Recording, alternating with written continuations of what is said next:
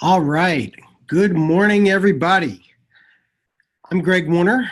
I'm your host for today's webinar. And just to make sure if maybe one of you would like to use the chat tool just to make sure that you all can hear me, would be super fabulous. I hope you all are having a great Monday. Oh boy, now 100 people are telling me they hear me. Thank you. Thank you so much. I'm in the DC area, and today we're going to be talking about how you can generate more major and planned gifts with less money and reduced resources.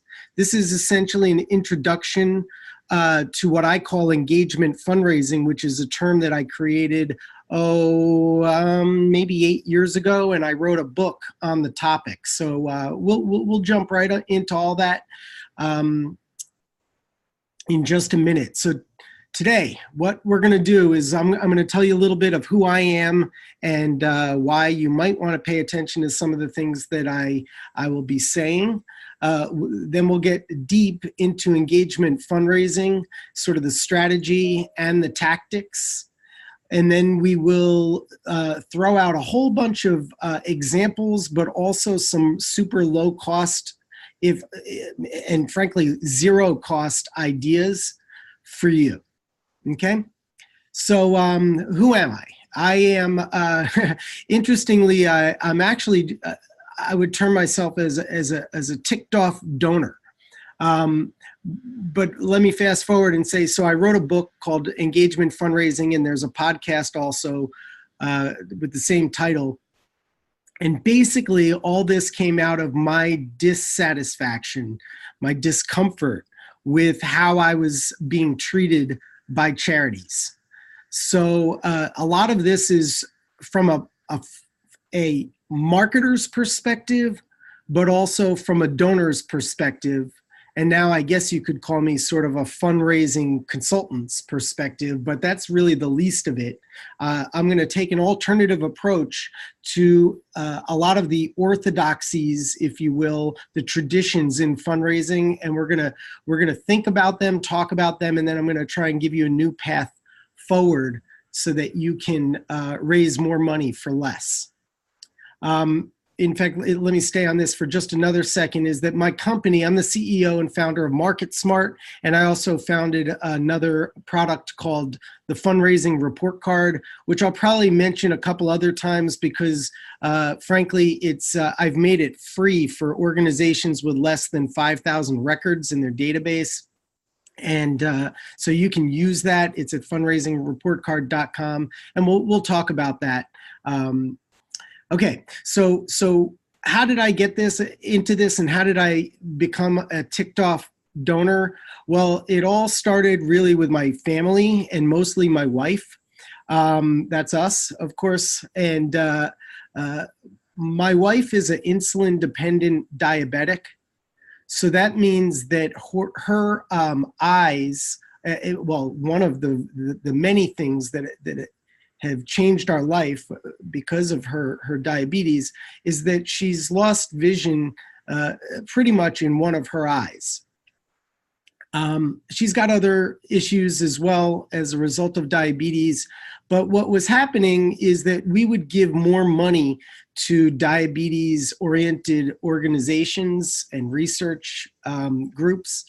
And what we found, this was about 10 years ago, what we found was that the more we gave, oddly, the worse we got treated. In particular, they actually would sell our name to other organizations that competed with the charity that we were giving to. And so we would get more and more marketing from other competing charities, which didn't make sense to me as a marketer. But all of them, even though I was giving in the thousands of dollars, and I thought I was a major donor, I now understand that just giving a few $1,000s a year doesn't really make me that major of a donor to some organizations. But what happened was the more we gave, the more marketing we got. And it was very impersonal and one-way oriented.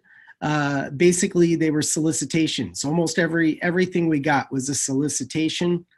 The only group that really treated us very well, I should say, that I can remember back then was our Chabad.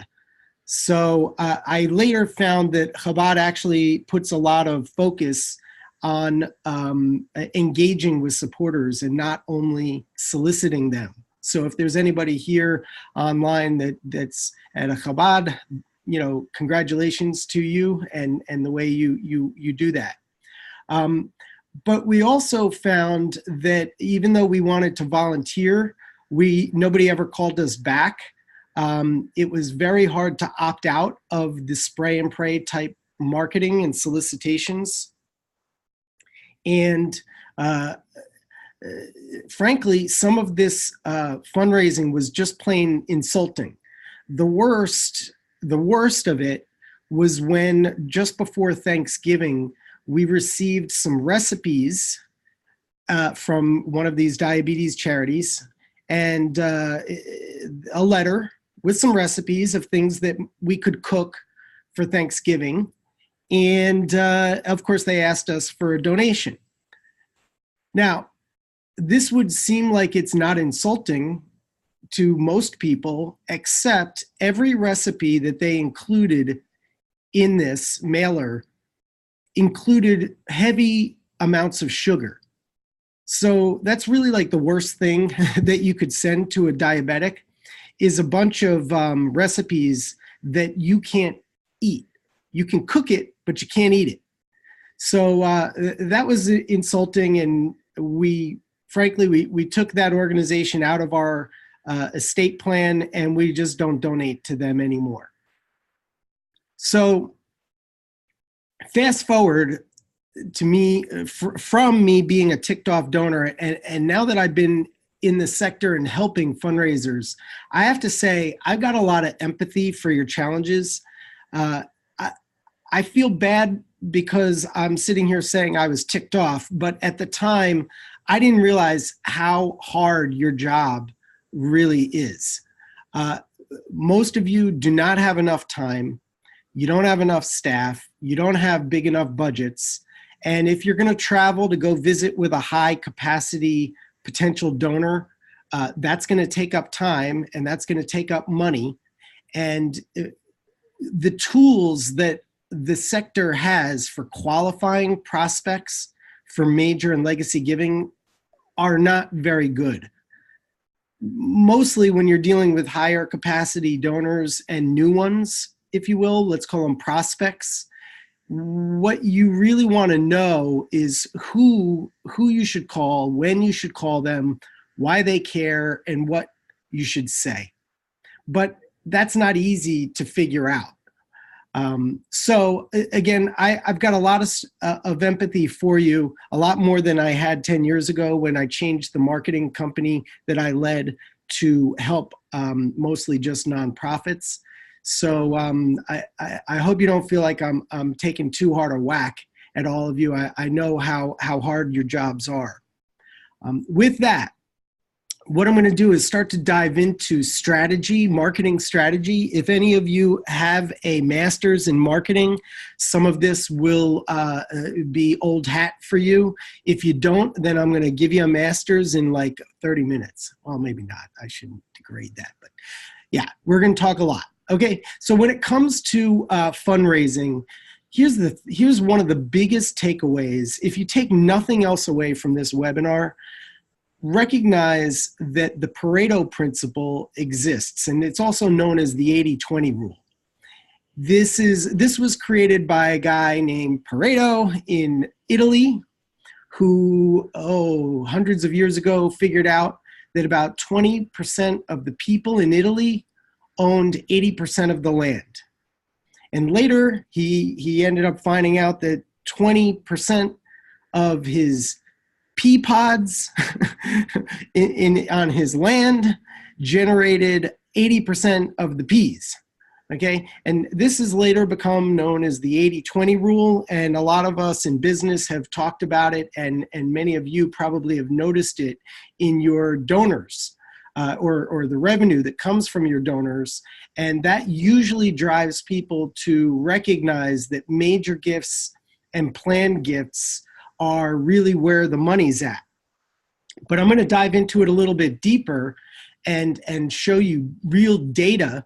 So what this research from Lilly Family School of Philanthropy and Indiana University showed or proved from 4,000 plus planned gifts made to 5 universities is that 82% of the dollars come from, 82% of the dollars come from just 20% of the donors. Sorry, I got interrupted there. Yes, the PowerPoint will be available for later, and Arlene will be able to send that to all of you. Sorry.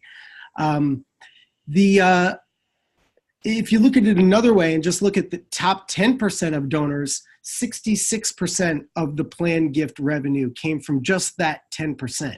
It's really amazing when you think about it. Now the average, and these are colleges and universities, they tend to have a slightly higher average than most, is $427,000, which is quite a lot, but those are warped by the multi-million-dollar gifts. The median gift amount was $89,000. Nonetheless, if you only paid attention, serious attention to the top 20% of people with capacity, you would end up getting 82% of your legacy dollars, at least according to this research. Now, let's look at gifts that people give now, not after their lifetime. Donors giving over $5,000, they make up, on average, less than 1% of an organization's donor base. And their revenue totals 70% of an organization's total donation revenue. So this is less than one. This is not the 80-20 rule anymore. This is like the 80-20 rule on steroids, is that less than 1% of your donors will make up 70% of your donation revenue. Now, if we look at the other side of the coin and we look at the donors giving under $100, they'll make up 80% of your donors. That's a lot of people, but it will, the amount of revenue that you'll get from that is much less. It's only 7%. Now, this is based on information that we gathered from that app that I developed called the Fundraising Report Card that's measuring over $40 billion in charitable giving. And among over 4,200, now 4,300 organizations. I'll give out the URL for that, you know, if you have a relatively small number of records, it's free. If you have more, then there is a small fee for using the report card, but you can see how your organization compares. If your donors giving over $5,000 are really so few, but making up so much of your revenue. So I encourage you to take a look at that. You can find that out at fundraisingreportcard.com. And if you don't want to upload your data, it's all anonymous data that you would upload, then you could just hit a / and benchmarks after the URL, fundraisingreportcard.com, and you'll be able to see the benchmarks as they stand today. I mean, they're updated every single day. So you could check out the benchmarks in the whole industry. All right. So I'm going to show you the benchmarks that I pulled just a short time ago when I was preparing for this webinar. And you'll see this online. This is what's on the benchmarks page. It's probably changed ever so slightly from when I pulled it down.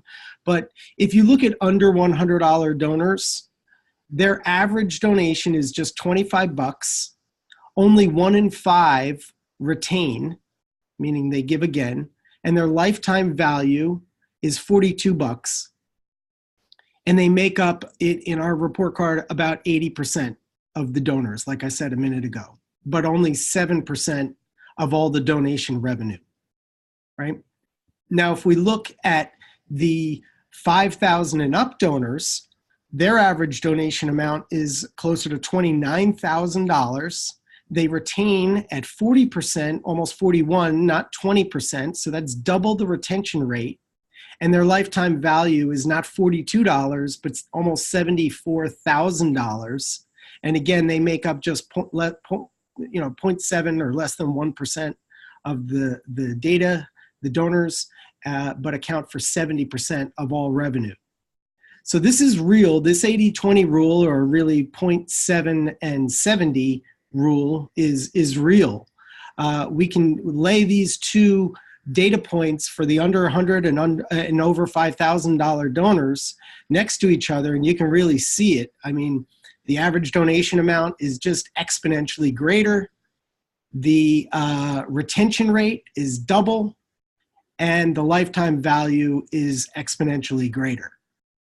So if anybody had any reservations about focusing on major gifts and legacy gifts before, I hope I dispelled any myths, and hope you realize that, no matter how many events you do and how much email or junk mail you send out, you will not be able to equal the amount of revenue that you can get if you just focus on major and legacy gifts. Okay. So let's look at this a different way with regard to how much it costs to raise a dollar these days. And according to AFP, they're saying that direct mail acquisition, this is for new donors, it's actually a negative. It'll cost you $1.25 to raise a dollar. With events, you might get a 2-to-1 on your investment. So if you invest 50 cents, you'll get $1 back. I don't think that's very good. But in major gifts, it costs 5 to 10 cents to raise a dollar. And in legacy gifts, it's usually just a matter of pennies. Of course, legacy gifts you have to wait for, and that can be hard when you have pressing issues right now that you need to support, the programs that you need to support. Now, here's the interesting thing about acquisition marketing is that it used to be, when I first got into this, I was told that there's this fundraising pyramid. And that means that first you have to acquire, I was told, first-time low-dollar donors, and then you have to try to, quote-unquote, move them up the pyramid to become repeat donors, then major donors, and finally legacy gift donors.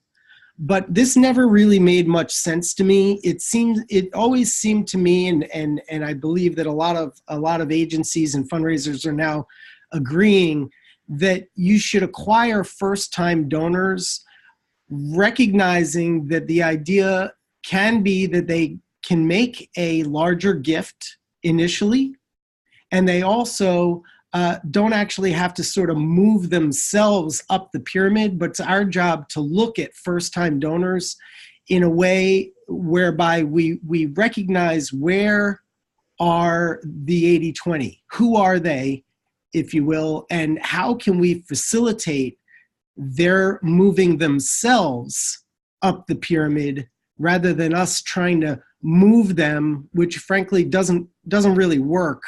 It's most organizations frankly don't do it anyway. They just kind of keep sending more mail and email, hoping that the donors will move themselves. There isn't a very deliberate strategic approach to inspiring people to be major and legacy gift donors. So I'm suggesting that the pyramid doesn't really exist, and that we should look towards generating first-time donations from people with capacity who will be most likely to become major and legacy gift donors that can make massive impact. Now, one data area, or I should say the Fundraising Effectiveness Project, is a group that's sort of an offshoot of AFP, the Association of Fundraising Professionals, and also works with the Urban Institute to gather data on giving, which is done in a little different way than the way we collect it. But nonetheless, their retention rates for low dollar donors, they've got it at 17%. This is from over a year ago. I had it at 20%, if you recall. So we're pretty close, but basically this is just showing again that lower dollar donors are not going to retain at the same rate as higher dollar first-time donors, okay? Also, after they retain, the question is, do they repeat?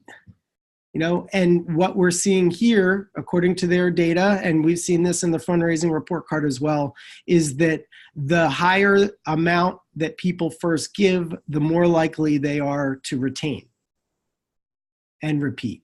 So new higher dollar donors are actually more loyal, and the repeat high dollar donors are more loyal too. So hopefully you're getting the gist of this, not to mention the fact that you can get a legacy gift from just about anybody. So to assume that you have to move someone from being a first-time donor to then become a repeat donor, then a major donor, and then a legacy gift donor just doesn't make sense, especially because so many organizations tell us that they get gifts legacy gifts all the time from people who never even donated.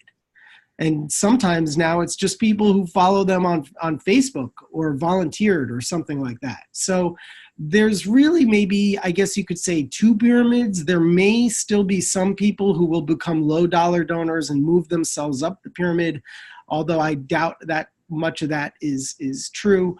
I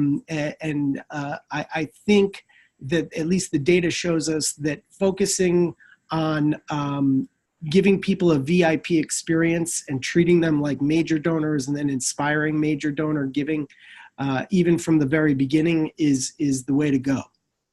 Now, the reason I say all this and lay down some of these data points is because competition for the charitable dollar just keeps growing. And I don't mean just from Starbucks and Netflix and all those other companies that are fighting and vying for share of wallet, but you have serious competition in the nonprofit sector as well.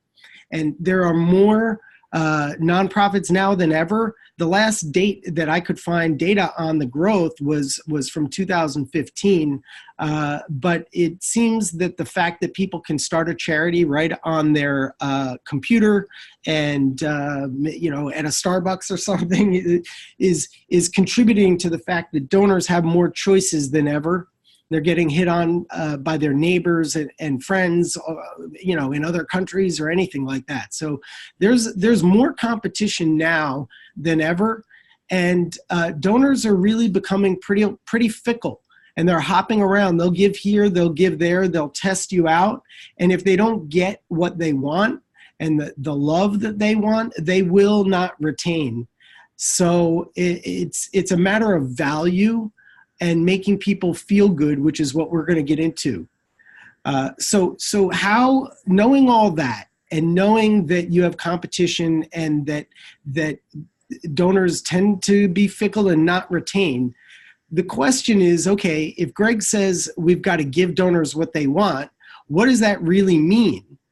And if we give it to them, will we really grow our revenue at lower cost? Well, my answer is yes, you will. And that's what engagement fundraising is essentially about. So we already really did talk about the focusing of 80 on the 80-20 rule. And next, we're going to go into some marketing best practices and talk about how to make people feel good and like VIPs. And then I'm going to give you a whole bunch of ideas for effective engagement. So first, we're going to jump into some basics on marketing. Again, if you have a master's, you're going to want to fast forward through this later somehow.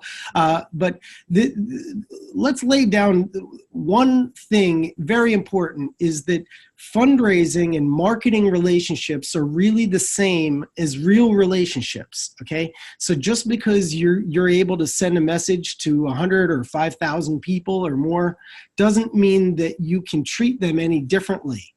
The bottom line is that trust is still the foundation, the key, the component, the cornerstone in the foundation for anything going forward. And if you lose trust, for instance, by spamming people or selling their name to other charities, you're going to be out the door, and that you probably will never be able to rebuild it.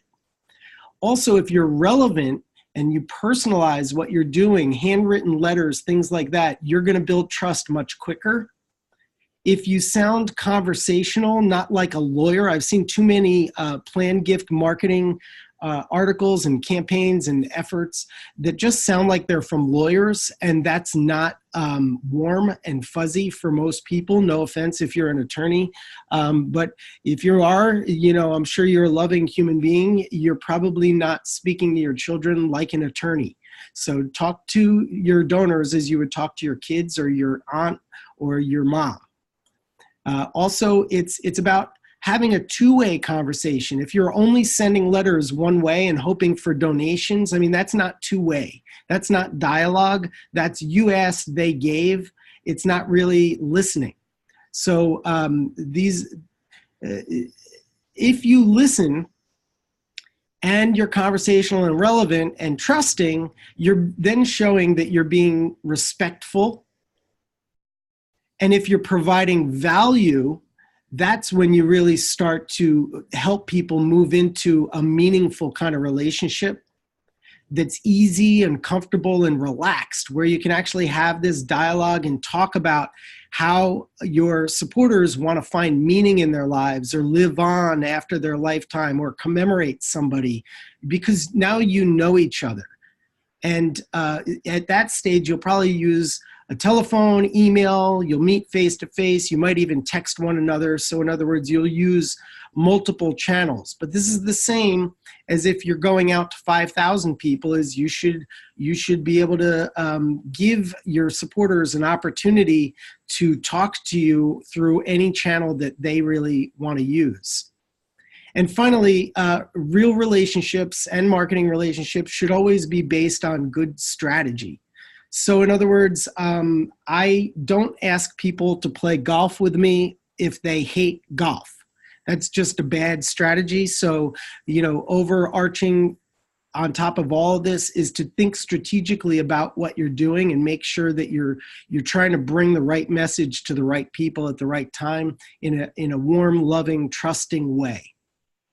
Okay, so now when it comes to those foundational elements, if you will, this guy, Mark Knapp, wrote the book. This is actually the book I read 27 years ago in college, is about interpersonal communication. And what he found, I mean, you don't have to read the book. This is the one chart you need, is that every relationship has a coming together period. It's got a plateau where it's almost in maintenance mode, and then it's got a coming apart period. And this can all happen essentially in a matter of a couple of emails, and you can destroy the relationship and have it terminated, or it can happen when a diabetes organization sends somebody like us, my family, recipes that include sugar. But the trick to this chart is just in recognizing that people go through this process with your organization. And it's no different whether they're relating to you individually or they're relating to your mission. They're gonna get up to this plateau, and that's where you wanna keep them. Now, having said all that, I wanna mention that low dollar, impulse-oriented decisions are very different than high dollar, highly considered decisions. And this is one of the biggest mistakes that fundraisers make, and organizational leadership, frankly, is that they try to treat every donor and their decision-making processes the same. But you have to recognize that it's the low-dollar donations, the low-dollar marketing, the invitations to events, for instance, or the solicitation letters, the annual fund letters and emails, right? Those are going to mostly be impulse-oriented decisions on the donor's part, where they'll give through check or cash or credit card, mostly.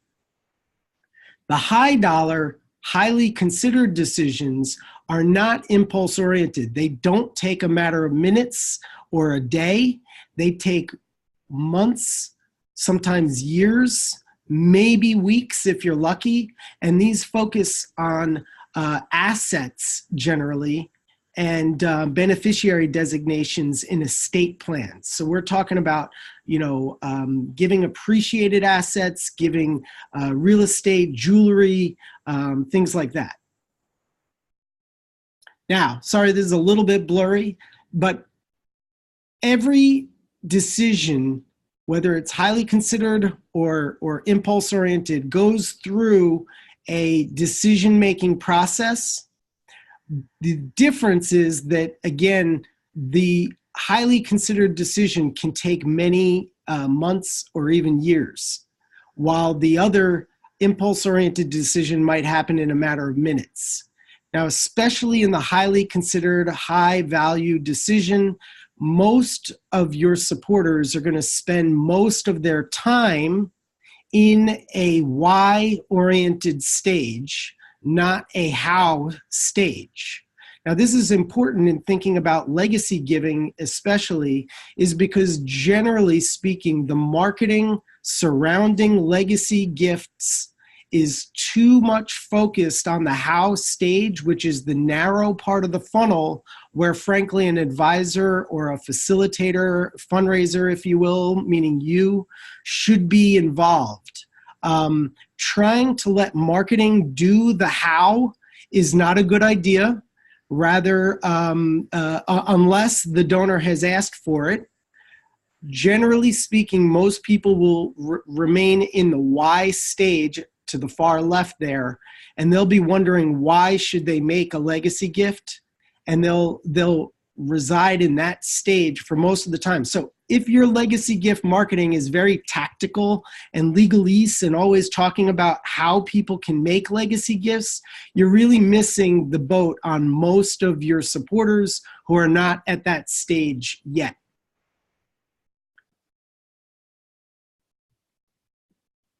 Okay, so we finished up with the strategy and some of the marketing basics. So now I'm going to move into some tactics. And tactics, when you're talking about direct marketing, which is what we're really focused on here, there's only 4 components to any direct marketing effort. And it always starts with the list is the most important component. Then is the offer. Next is timing. And then at the very bottom, and the least important, tends to be the creative. In other words, if you have a bad list, it won't matter how good your creative is. It just won't.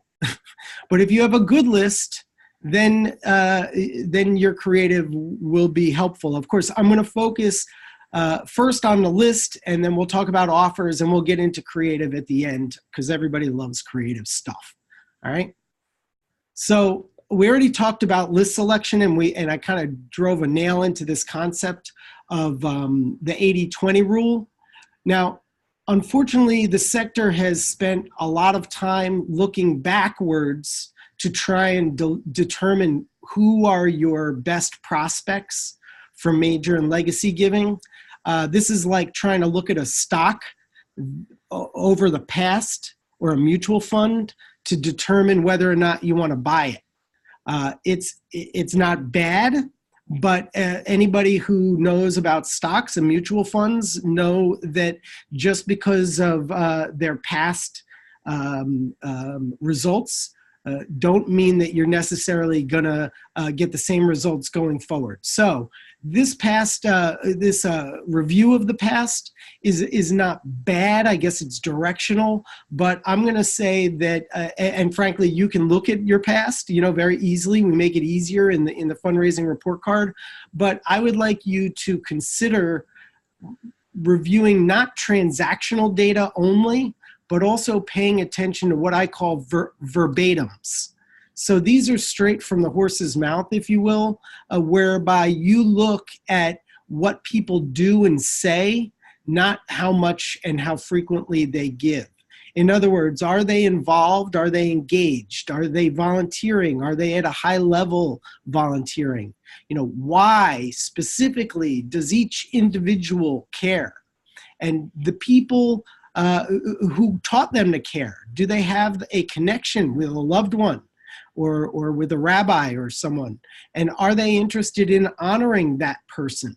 These are very big hooks. Do they have, for instance, a family foundation? So they have a history of philanthropy being taught to them by their parents, for instance, or by themselves. They decided to create a family foundation. Have they already set aside money in a donor advised fund? Are they childless? And about how old they are. These are things that really, really, really make a difference in determining who you should spend your time with, since you don't have that much of a time.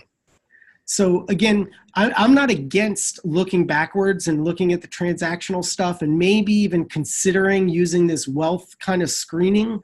Although we did extensive tests on all of the wealth screening firms we could find. We found 5 bigger names, and at best, they were the data they provided was only at best 40% accurate. So that can lead to a lot of wild goose chases. If you really want a true profile of your donor for the purposes of prioritization with the 80-20 rule, you really need to look at their engagement and passion levels, and you can mostly get this through survey data, which we'll talk about in a little bit, or maybe now. So surveys are actually an offer. It's interesting. So we talked about the list. Now we're talking about the offer. Usually when we talk about offers in fundraising, people tend to think, well, the word offer is something that retailers deliver, but it's not true. It's also for fundraising. Offers are very important. And we're going to talk about offers a lot going forward here to get prospects engaged and help them lean in. So the best offers are two-way, and they're informational, educational to a certain extent. They tweak emotions and maybe are even fun and entertaining. But most of all, they're convenient, okay?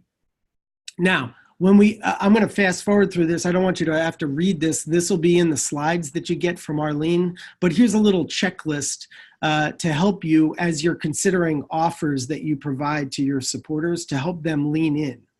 I will say that there is a big difference between weak offers and strong offers. I've had many fundraisers call me up or write me emails telling me they wanted to update me on what an organization's doing, or they want to buy me a cup of coffee, or in the direct mailers I get, there's, address labels. And of course, I told you the story about the recipe. These were pretty weak offers for varying reasons, but strong offers are ones that actually involve people. There's pent-up demand for engagement and feedback from your donors. They want to share. They want to take surveys. If you sent them a video about someone, I'm just throwing out a name of Jeff, and said, hey, take a look at why Jeff made a gift, or download this free widget, play with this calculator, or even you could tell your story if you want, and we'll share it on Facebook with your permission, or you can honor someone. I mean, these are all great offers, so we'll get deeper into these, but these are better offers than, hey, I just want to visit and update you.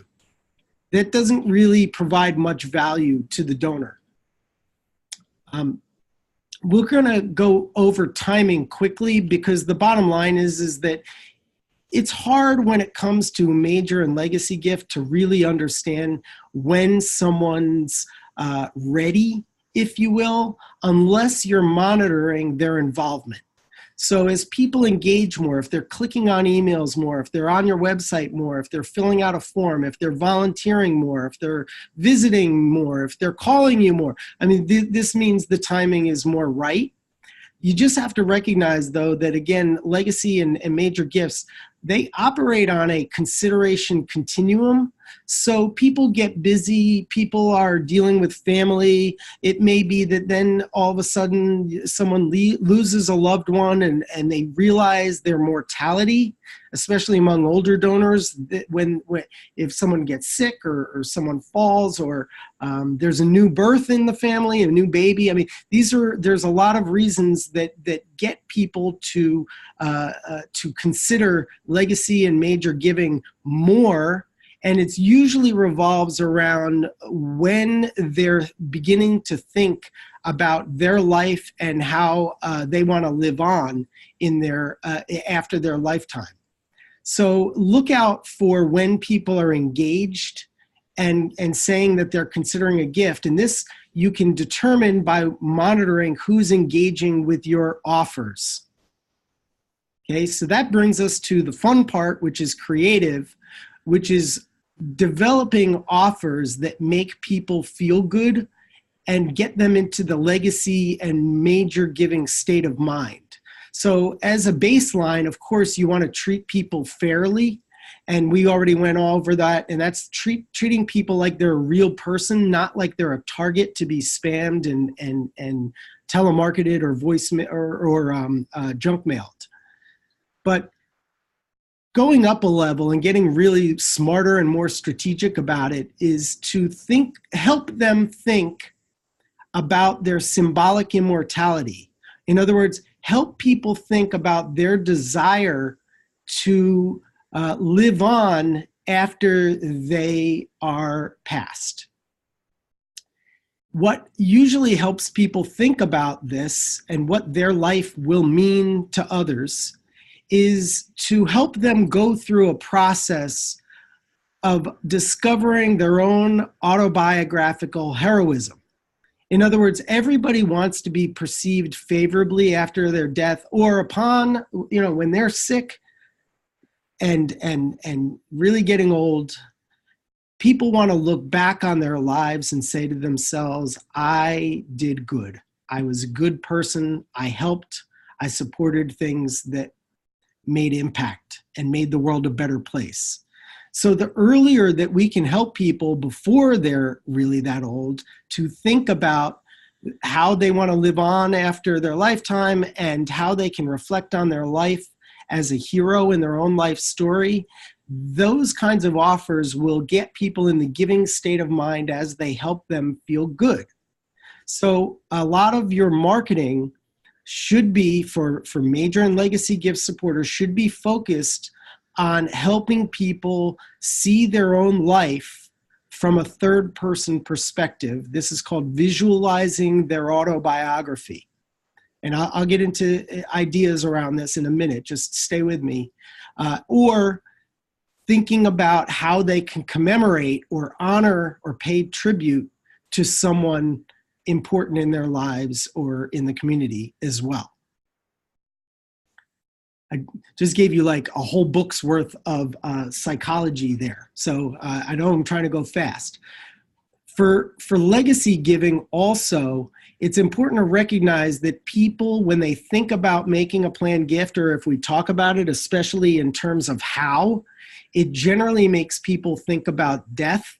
And nobody wants to think about death. This is why insurance salespeople have such a hard time selling insurance or getting people to write wills, is because nobody wants to think about their demise. So if we focus on not so much the how, but more on the why, in other words, helping people realize their autobiography and think about it and how they can live on and so on, then it's like a spoonful of sugar to help make the medicine go down. These are good offers focused on their emotions. And then if you really get the medicine in there, the how will actually be the easy part. Okay, so now we here at MarketSmart, we work with a lot of Jewish organizations, probably partly because I'm Jewish, but also I guess they tend to be smart marketers, so I guess we attract them. But I'm going to focus on, I think one of them is on this webinar, hopefully. But the Tidewater Jewish Foundation is a smaller organization. I think we started with just 1,000 records and we moved to maybe 1,500 or so. But we work with them on a survey, and Arlene will be able to send you our ultimate guide for conducting nonprofit surveys, and that's free.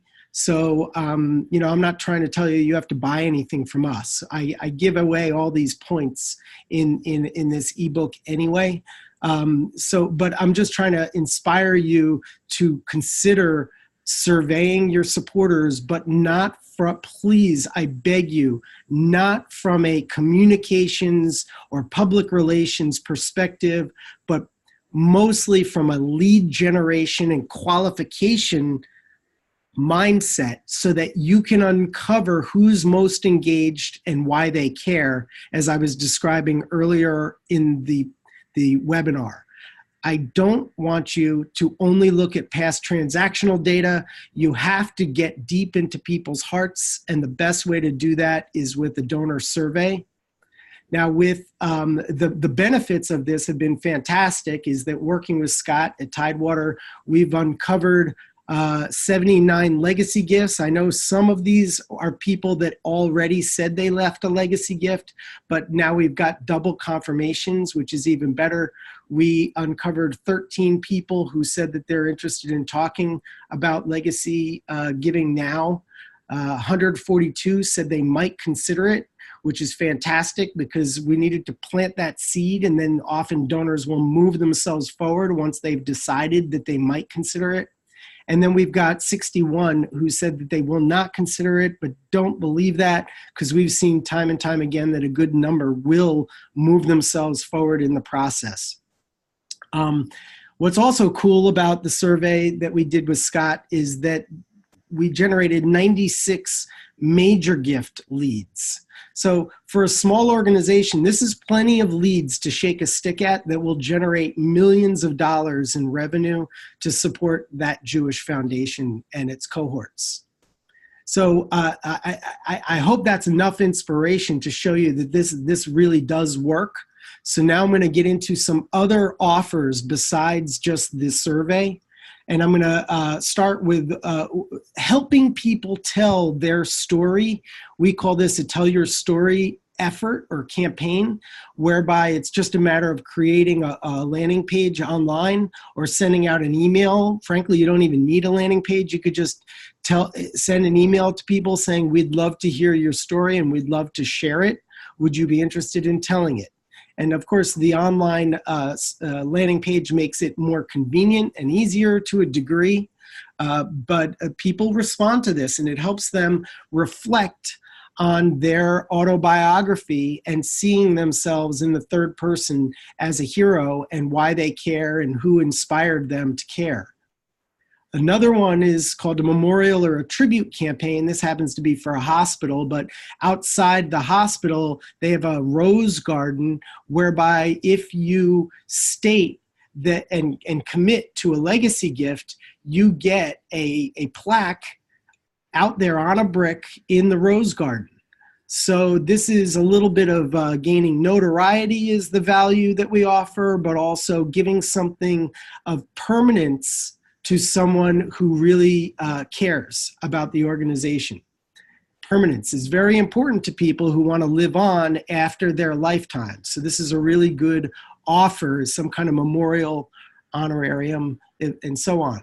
Now, another one is called the Challenge Campaign. That's challenge for major gift and legacy gift. This is when I was helping the diabetes organization before they sent me, well, I shouldn't say who sent it. Anyway, you get the idea. But it was, in fact, we found a major donor who was Jewish. He wanted to put forward $180,000, whereby he would give $1,000 cash money every time someone committed to a legacy gift. So we promoted that, and the organization generated $180,000 in cash, but they also generated 180 legacy commitments. So overall, over the years, as those commitments come in, this is a big, big deal, millions of dollars worth of revenue. And yet one more is a workbook where we help supporters tell their story in an autobiography, or I should call it a memoir. I got this idea from my synagogue because my aunt was attending a multi-week seminar, I guess you would call it, whereby she and a whole bunch of folks met every week to create their own memoirs. And then this was brilliant, but afterwards, well, part of their memoirs, they answered the question of what charities do they care about? And of course, they were encouraged to care about their synagogue. And at the very end, they were asked to take a survey identifying their interest in a legacy gift commitment for the synagogue. So I thought that was brilliant. sort of took the idea and we created our own content for it and created a, whoops, I just clicked on the link, didn't mean to do that, apologize. But we created that so that donors for any organization would be able to write their memoirs and think about their lives. So those, of course, if you do them with me or us, or if you try to do them on their own, they will take up time, and time is money. So now I'm just going to real briefly go through a few others that are low to really no cost. This one is called 3-to-1 fundraising. It's basically, if you email me or Arlene, I give away pads, these pads to people for free. We have hundreds of them here. And it's basically a pad so that when you get a nice sized gift, you write the supporter's name and you make sure that you thank them, you report what you did with the money, and then you offer them an opportunity to involve themselves deeper with your organization. And you check off all 3 of those before you ask them for a gift again. Okay. In fact, so you can get those at imarketsmart.com/321. Of course, you'll get these slides also in case your pen isn't quick enough. Another idea is pizza party major giving. And this could include planned giving too. So the idea is that you order a few pizzas and you invite some volunteers to come stay, come hang out at your organization. And then you give them a little bit of training and a script asking them to reach out to donors and non-donors to thank them for their involvement with your organization, and then to ask them simply why they care, and to try and begin a dialogue. And then if they seem passionate, do not solicit, by the way, with pizza party major giving. The idea is to basically ask them similar questions that are on a survey about why they care and their interest level in certain types of giving. For instance, have you ever considered giving appreciated assets or real estate or things like that, business interests? These are, if you have a script, hopefully it won't be so hard and you won't feel uncomfortable asking these questions, and especially if you've just had a nice chat about how much they love the organization. They'll be primed and ready.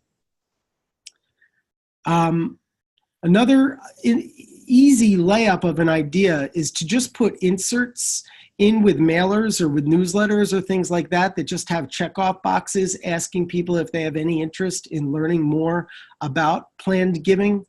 That's very, very easy and low cost or no cost. You could practically print them out on your laser printer.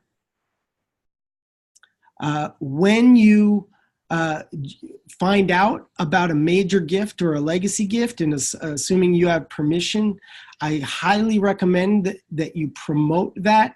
This has a bandwagon effect. It's the power of social norms, if you will, is that people like to see that others are doing something before they take a leap and will do it on their own. So it's good to promote when these gifts are coming in. Of course, again, get permission. But it's very important to do that and even see who likes these things.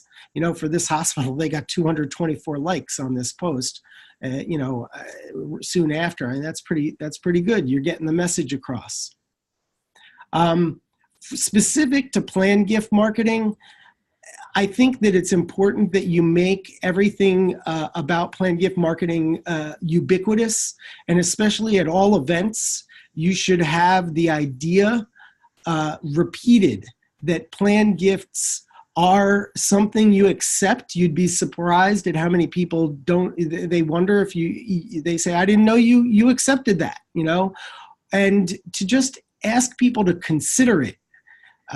It's always easier to get people to consider something than it is to ask them to actually make the decision. Also, if you remind people that others have done this in the past in a way that's permanent, that will be attractive to people. So these are what I call large visual displays.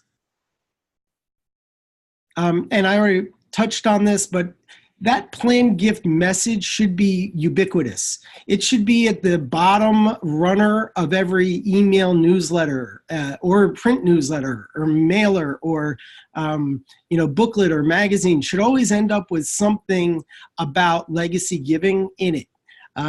You could do banner ads even. You could do a pop-up on your website. Especially, I think the easiest thing to do is to make your planned gift language, if you will, the language that people should put in their will, make that really, really obvious and easy for people to see and to forward to an estate planner. And of course, include your tax ID. You don't want people making out these gifts and they end up going to a similar sounding organization and then you have to have a lawsuit about it. Okay, so here's just an example. Many of our supporters have considered, would you consider such a gift? Here's the legal language and here's our tax ID. That could be like just an extra stuffer or put on the bottom of a website. In your newsletters, in your bulletins, things like that, I always recommend that you promote legacy giving. If you really want to get response, though, you need to really put an insert in there that makes it convenient for people to mail back or at least go online and fill out a form. If you haven't done this before with a loose insert, I highly recommend it. It gets response. Also, and I probably should have said this one first, you should really focus on your board and your volunteers first, like concentric circles going outward. Start with them, and if you've done it right, your board should be made up of high capacity individuals. If your board does not have any high capacity individuals, I think you're making a very, very big mistake. You should give the VIP experience to people with capacity and reserve a seat for people who can make meaningful impact, and volunteers as well. So when I say ask them, the easiest way to do that and start the conversation is, again, with a survey. So I would recommend that you craft that and ask them where they are in the consideration process for any type of major gift or legacy gift. And if you do, you'll find amazing leads. And frankly, again, you would just print that off your printer. So wrapping up, I see we do have a couple of questions. I seem to have taken up the whole hour, so I hope you all won't mind staying on a little bit.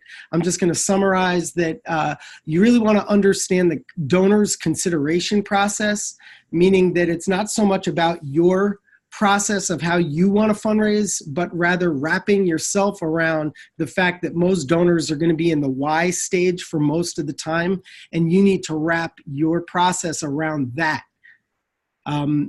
That means constructing offers that deliver value in relation to where people reside in the consideration process, again, which is mostly in the why stage, and then develop creative that draws forth engagement.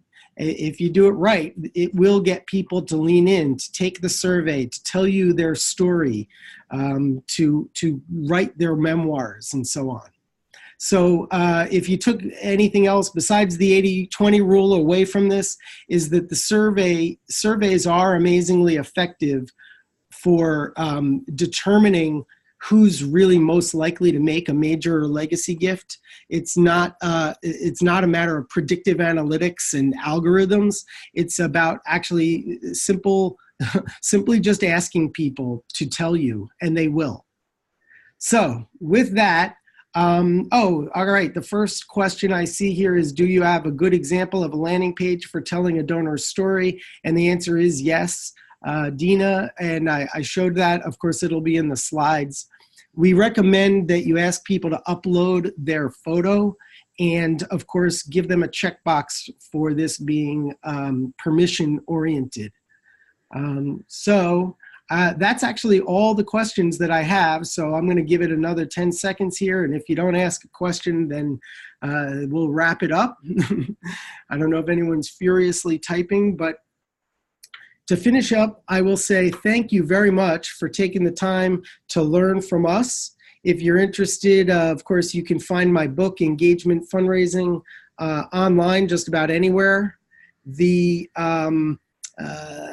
Let's see. Oh, and the podcast, of course, is available on iTunes.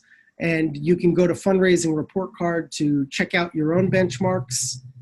And of course, you can check, if you don't want to upload your data, then you can just take a look at the benchmarks on the benchmarks /page. So with that, it looks like we're all set. No more questions. Still almost 100 people here. And thank you very much for their time. Oops, one last question. Do surveys ask for their name? Absolutely. Absolutely, you've got to ask for their name. They will give it to you. You cannot prioritize and qualify people if you don't know who they are.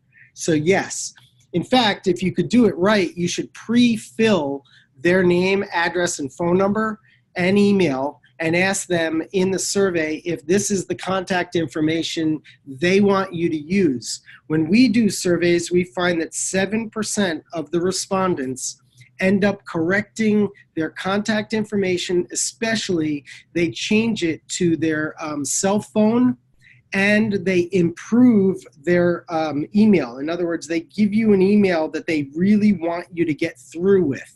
So definitely ask that, and especially give them a chance to update it. All right. Whew. Thank you, everybody. Thank you so much for your time. Very much appreciate it, and I hope you got some value out of that. There will be a survey when you leave. There should be a survey asking you what you thought of this, and feel free to be critical. I'm always looking to improve. All right. Have a good day. Bye, everybody.